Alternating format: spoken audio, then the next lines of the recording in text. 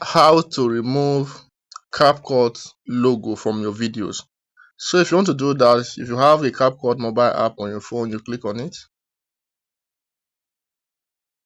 So now once the interface is like this, you click on the settings icon close to the bell. So now once you click on the setting icon, you now see add default ending. So you now turn it off.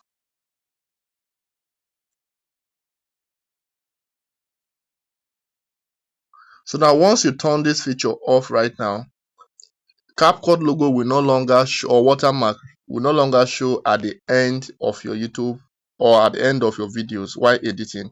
So if this is helpful, do not forget to like, subscribe, and share. Thank you.